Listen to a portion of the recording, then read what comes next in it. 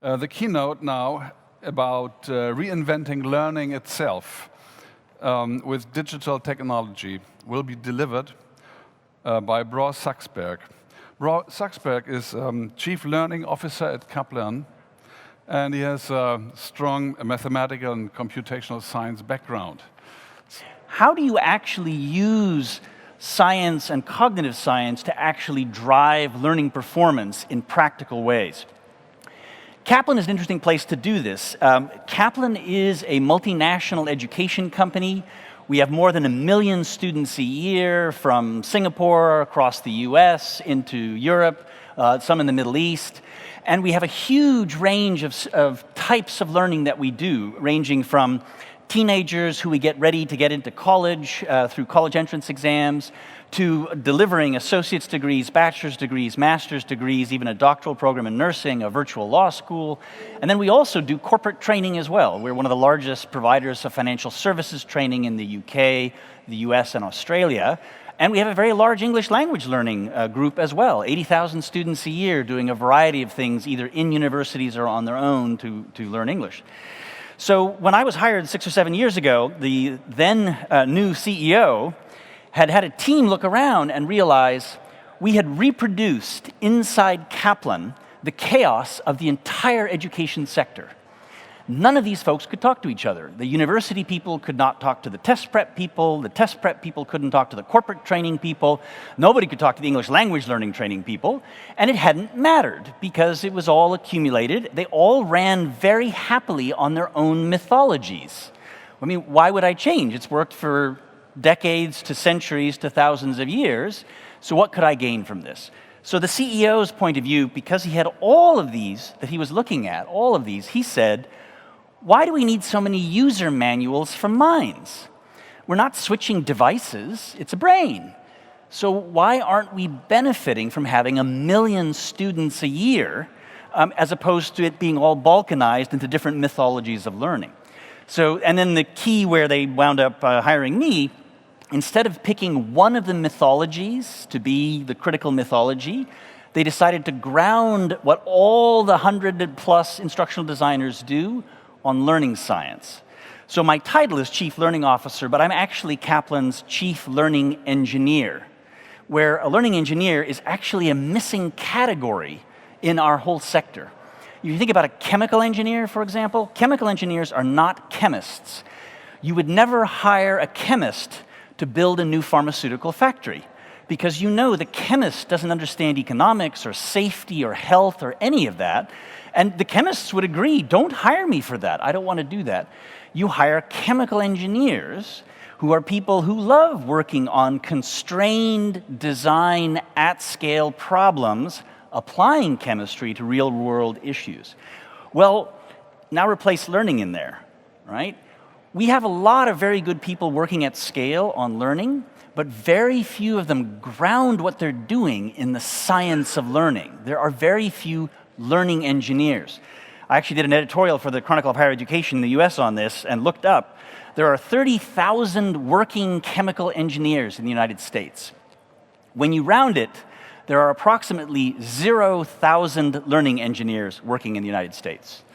Because the training isn't there and there's not a realization of this. So what I'm going to try to do in some ways is make you all learning engineers in about, 15 minutes. So let's see how we go. So the first thing is, there's a lot of good science to draw on. And the first part of it is, how do minds actually work? How does expertise actually work? And this has been validated in experiments all around the globe over decades. This is kind of, settled way of thinking about this among cognitive scientists. You start with audio and visual channels that feed what's called working memory. So working memory is your verbal memory. It's the part that you use, you have an internal monologue, you use it to solve your own little problems and the hardest things you do. It's very slow, but it's very flexible. And it is the thing that can confuse you and things like this along the way, but it is where you get to do new things. That is deeply supported by what's called long-term memory. So long-term memory is completely different. It is not verbal. It is non-conscious, in fact. but it feeds patterns, ideas, recognitions, even sophisticated processes into working memory so that working memory doesn't have to hassle with a bunch of complicated things that have been mastered in long-term memory. I know it's late in the afternoon. Let's try something. Who here drives a car? Raise your hand if you drive a car. Okay, that's good. I tried this in Singapore. It was a disaster. Okay. All right. Who here has had the following experience?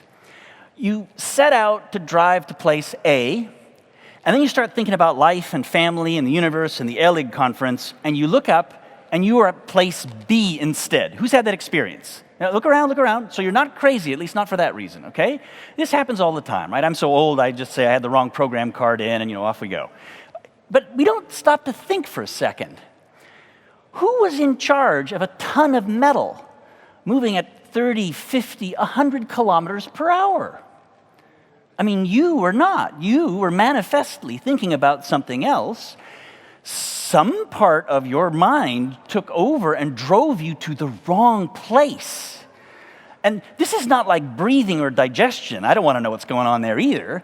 This is complicated. It's rules and people and speeding up and slowing down, right? So long-term memory, cognitive scientists find, is at the root of all expertise. All experts have a bunch of things, not everything, a bunch of things that are automated, that are so clear and so familiar that they literally no longer think about it. And as we'll talk about, that actually gets us into problems. So when you put all this kind of learning science together and then start to ask, what are the implications for actually designing learning environments? You come out potentially with something like this, which is how we think about it at Kaplan. You want to deeply understand expertise. What are the things that are in long-term memory? What are the decisions and tasks that experts decide and do? Then you want to be able to use evidence-based methods to attack those outcomes. If you want people to be able to decide and do things in certain ways, what are the methods by which a mind can be brought to that kind of expertise? The third piece, which hasn't come up very much today, except the conversation I had with one of our colleagues in the corner there, assessment. Right? If we don't have good probes for either mastery or motivation, it's actually going to be very hard to improve what we're doing. So we actually have to have good measures of what's happening. And then tying this all together, we need platforms and a will to innovate and iterate rapidly, right? So this is all part of how you get iterative engineering to actually work for learning. Okay, so let's talk at least briefly about what I think is one of the more mysterious parts of this, which is cognitive task analysis. How do you unpack real expertise? Often people get panels of wise men and women together and ask them, what do you do? You're an expert nurse, you're an expert physician, what do you do? In fact, the research on expertise is a little depressing about this. So if you think about a top performer, somebody who by data is absolutely a winning performer, call that 100% expertise. When you ask them, or when they are talking or giving a lecture or writing a textbook, you can demonstrate they literally will teach less than 30% of what a novice needs to know to be able to decide and do things in an expert way. I mean, we've all had the classic experience like the Nobel Prize-winning physicist who cannot explain first-year physics. It's partly because it's all in long-term memory. They have no words for it. It's no longer even accessible. So when you ask them, how do you do what you do, they don't even touch that because, well, that's obvious. And the that's obvious part can be huge for experts. That's why it's hard to teach kids to ride a bicycle the first time, because trying to remember what do you do with your hands and your feet, you no longer think about it. It's actually quite difficult. So there's a technique called cognitive task analysis and some variants of this where you have very expert interviewing. You bring the experts in one by one and you talk to them in great detail, and you can get another 50% of this. And it's based on finding those top experts, using data to find them, because opinions about who are experts often disagree with the data about who are experts. So you actually need to use data to find these folks. And then you interview them, you compare what they do, you create a kind of a gold standard of outcomes for this, and off you can go to actually do the training. When you do this kind of work, it turns out you can often shrink the instructional time by 25% or more, and you can increase the likelihood of reaching mastery by 25 or 30%. And there's been some good randomized controlled trial work on this in healthcare. There's been a lot of experience with this in the military and some other areas. But no one is actually doing this at scale in a systematic way. So it's one of the missing elements of our education development ecosystem is a truly deep and systematic understanding of the outcomes. Now think what a problem that is, that we haven't actually done that part of the design problem, right? So we did some of this work inside Kaplan on an area that's, we train paralegals, people who help lawyers to do their work. And when we compared our paralegal training program, which is very much like many other paralegal training programs, we discovered that only 4 of 13 critical paralegal tasks was even covered in our curriculum, which was based on standard textbooks for doing paralegal training. And so it was no wonder that the paralegal career path tended to be get your training, go to a law firm, have a terrible time, go to another law firm, have a slightly better time, go to a third law firm. If you're still acting as a paralegal, you finally are figuring it out, and now you can automate, and then you don't have to tell the next generation of students anything to help them. Well, this is the problem, right? That each generation of experts builds non-conscious expertise which they no longer are able to tell the next generation of students. So this caused us to realize that if we were going to do this properly, we'd really have to rethink the full range of outcomes that we were having students actually do. Okay, so let's quickly move to what does the evidence suggest about instructional design? So I have to delve a little bit more into the cognitive science world again. So the first thing is, when you look at how expertise develops, it goes through 2 or 3 well-understood or well-reviewed stages. You can recognize this even in yourself. The first stage, you could call a declarative stage. And you guys probably have had this feeling. You're trying to do something new, and you're working on a problem, and you realize, I just saw something relevant on the page before. It's not in my head anymore, but I literally just saw it, and I have to turn back. Okay, yeah, that's what it was. I know it was there. And you feel really stupid. What's happening is, everything has to go through working memory. You have nothing in long-term memory. And working memory is narrow. It doesn't hold very much, so it's easily flooded. So this is a difficult, slow stage. It needs a lot of motivation to get through. How can your instructional design help? It can help by giving you a lot of visual information so that you don't have to flip the page back. It's actually near you, it's by you, it's around you. Job aids, reference materials. Once you've done the tasks a few times, you start to have some of it put into long-term memory, and it now feels more familiar. It's not automated. You still have to think about it, but yeah, I know what the next step is. And now you're at what could be called a procedural stage. I can run this thing, and how do you help here? Here is when you can actually benefit from extensive coaching and feedback, because I got enough space in working memory to process it, right? In the first stage, I can't even hear anybody talking because I'm so confused. In this stage, you can actually process feedback. And then finally, for some aspects of expertise, not all aspects, for some, you can actually make it automated. You could make it just so natural, so quick that you don't even have to think about it. And how do you get there? You get there by repeated, frequent practice. You do it again and again and again, just like driving. You've done it so many times to drive home, you really don't have to think about it anymore. So, just to repeat, not everything becomes automated. So writing a convincing, persuasive essay, you're never going to be able to do that and think about lunch at the same time. It's a full-on mental thing you have to do. It uses working memory, but it relies on key skills that are automated as well. Okay? So this is the nature of how you actually build expertise. And so you've got to think about, well, what is the stage your students are at to then get the right instructional design to support them? Similarly, how many people here have heard of Bloom's taxonomy? Okay, so Bloom's taxonomy was developed before there was any cognitive science. So it's a fine logical structure, but it doesn't happen to be linked to what people know about learning and different kinds of outcomes and so forth. So Carnegie Mellon's Pittsburgh Science of Learning Institute actually has created a kind of a new taxonomy of outcomes that's an attempt to give the same guidance about what kinds of outcomes there are, but basing it on learning science. So the first step is the big chunks, cognitive procedures, like write a 3-paragraph summary of a 10-page article, right? That's a tricky, complicated thing, but you can get pretty good at doing that, and we really want students to be able to execute those kinds of complex cognitive procedures, if you will, okay? Backing that up, there are a lot of components. So there are facts, and fair enough, facts are facts. There are concepts, which are different than facts. Concepts are used by experts to classify situations. So in physics, is this a momentum problem or is this an energy problem?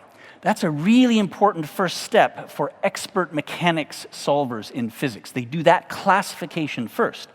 And you can classify without actually solving, and so the kind of practice you need for that is actually classification practice. And that really gives you a benefit when you do it that way. A third kind of component is when you have processes, complex multi-step pieces. Experts, again, they don't just know what those are. They can use them to diagnose a problem. If the output of a process is messed up, they know where it likely was messed up, and they can predict. If I double inputs in the process, they can predict what's going to come at the outside. And that's the kind of practice you need. And then finally, experts, one of the key things about experts is when everything else is foggy, when it's just confusing, they know what to do. Well, I don't know what's going on here, but the first thing we're going to look at is X. So they have some principles by which they can navigate very complex situations. And again, here too, the point is not to memorize a list of 5 principles. That's not what experts have. The point is to be able to use them, to actually have the experience of working your way through complex problems using those principles.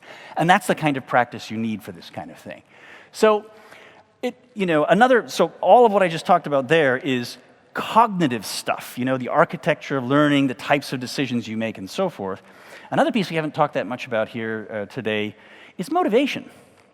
So motivation is a key fuel. If you want people to do well at work or become fluent at things, there's real hard work involved. And the kind of hard work that the cognitive scientists think of when they think of motivation is, will you start, persist, and put in mental effort? Because if you will do those 3 things on a well-designed learning activity, you will change your brain because you're working it. You're running the neurons, right? Now, you'll notice liking does not appear there. Okay, that's one of those issues that people confuse liking and motivation. But for learning purposes, this is what gets learning to go. Now, liking is a reason to start, persist, and put in mental effort. But if you will do it for another reason, you will change your brain. Just like athletics, the weights, you don't have to love the weights to benefit from doing the weights, right? It's a matter of actually putting in the effort. So this is what cognitive scientists dig into when they're trying to figure out how to get students motivated. It's not liking, smile sheets are not helpful, it's this. And we had a very good cognitive scientist do a bit of a scan of the research literature on this, and what he found, there's basically 4 things that go wrong with motivation that you have to take apart. The first one is, you don't value what you're doing or the way in which you're doing it. I'm a dancer in an algebra class. What am I doing here? And you stop. You think about dance, you don't persist, you don't put in mental effort, right? The cure, the treatment, somebody's got to explain to you why a dancer should care.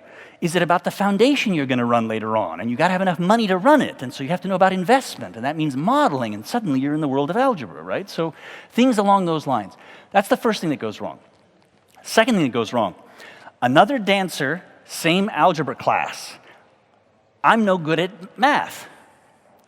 Now that's totally different than the first dancer, because now the problem is, I can't do it. So if the teacher or the parent talks to me about how important it is for your future, even in dance, you're making me miserable. My life is over because I can't do it. The reason I'm not starting, persisting, and putting in mental effort is because I can't do it. So the solution is completely different.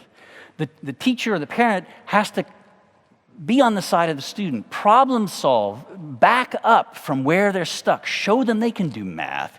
Even animals can do math at the lowest level. I mean, you can do math. The question is, how do we get you to do this math? What's missing, and so forth. Totally different treatment than the first one.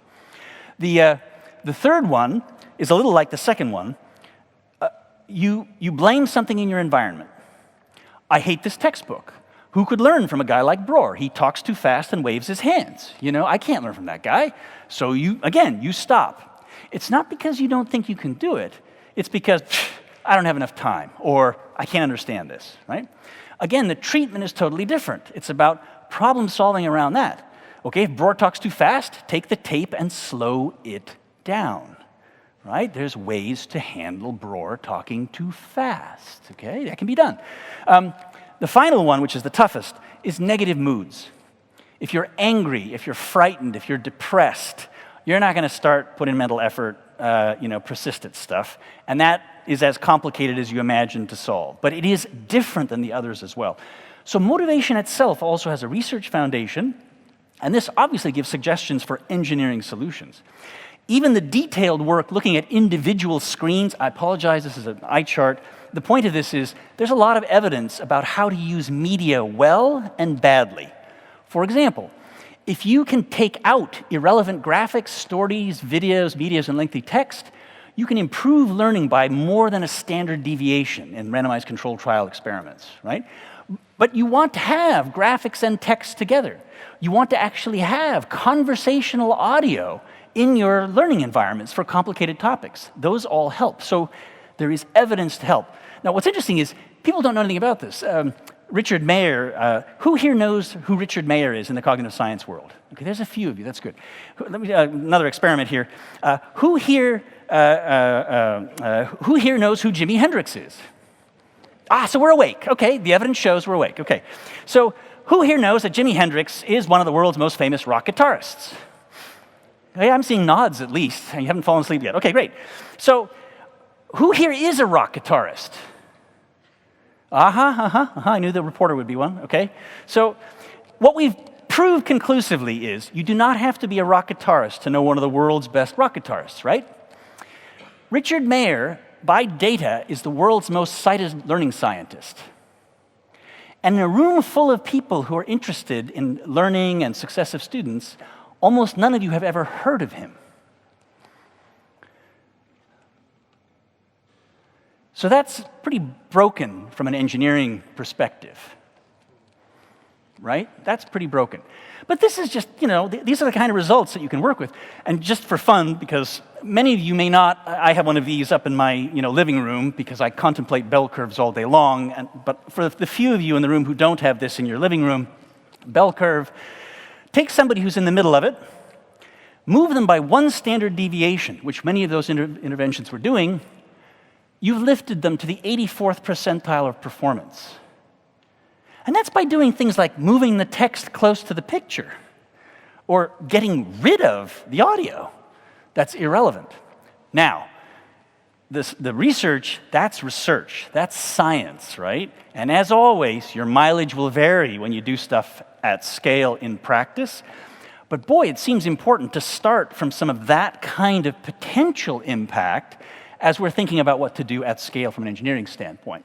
So at Kaplan, we are trying to do this at scale. So for example, we took 9 different courses of all very different kinds. We analyzed them using a cognitive science checklist that we developed with the Gates Foundation. It's actually publicly accessible through the Department of Education, or you can email me and I can send it to you and so forth. And we analyzed our 9 courses. And dark here would be great. The lightest here is not so great. And some of these, you don't need, as from an engineering standpoint, to be all dark purple here. Personalization is expensive to do. So it's an okay engineering decision to say, I'm not doing that yet. But objectives? Not having good learning outcomes? I mean, I'm dying to have the debate with somebody who demands to have unclear learning outcomes. I mean, you can't even get to first base without that, right? And arguably, especially for Kaplan, because we've done a lot of work on test preparation, the assessment line is not so great. It means a number of our assessments are not very coherent or well-designed or valid and reliable, right? So we know, even inside Kaplan, and we're interested in this, we have a lot of work to do. A lot of work to do to get to apply these kinds of ideas and principles. And intuition is not the correct guide, okay? So we took a bunch of composition essays, and we compared the grade by the original teacher, so that's on the left, with marks by 2 other composition teachers who did not know the student, but who taught the same course. Those are the right 2. Now, Houston, we have a problem, right? Now, we don't actually know what the problem is. Most folks immediately assume, oh, the teachers are just helping their students out. That's what's wrong.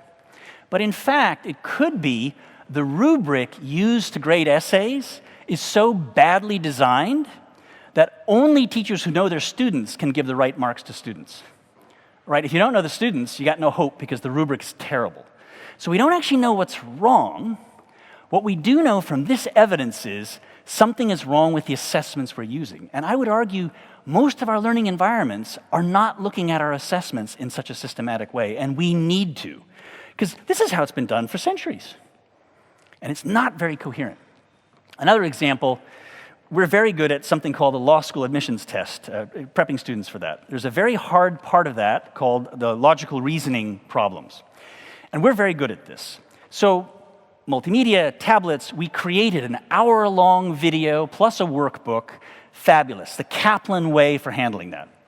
Then one of our learning engineers said, wait a minute, that's very complex problem solving, probably overloads working memory. We should try something called worked examples. Basically, have students look at worked out examples by experts. This is research from John Sweller. It's been going on for decades and so forth and so on. And everybody laughed at him and said, that's ridiculous. We know video works. Everybody loves video. Video must be better. Okay, so we did a randomized controlled trial, 4 pieces, 4 parts of the trial. On the right is no preparation at all. Just to the left of it is what no test prep company in the world wants to see. An hour-long video in a workbook is a little worse than nothing. My colleagues tell me that's not a marketing campaign. Now, the good news is, statistically, the 2 right ones are the same. My colleagues tell me as good as nothing is still not a great marketing rallying cry, right? And this was surprising to everybody, that the video, hour-long video in a workbook, it literally didn't seem to move the needle at all. We did 15 worked out examples, and then we took 8 of them. We didn't know how many worked out examples to do. Both of those on the left are significantly higher than the 2 on the right. So it actually worked better for students. But here's what's really fun. Look at the time it took. The video and workbook was almost 100 minutes. 8 worked out examples was 8 minutes. So it took less than 1/10 of the time. It gave a better instructional outcome. And here's the final thing. That was 8 PowerPoint slides, right? This is an hour-long professionally produced video and a workbook. Cost of production, 20 times. But everyone was sure the video would be better. It caused the whole test prep organization to back up and realize, wait, we got to think about this differently. So your instincts, this should be an evidence-based thing. And if you don't follow the evidence when your instincts say otherwise, you're not doing evidence-based work. And we should do that. We should be doing this in our world. We changed a number of university courses that we had, virtual university courses, to take advantage of what learning science says about motivation, instructional design. We basically did the engineering thing of throwing the cognitive science kitchen sink at a set of 6 different university courses.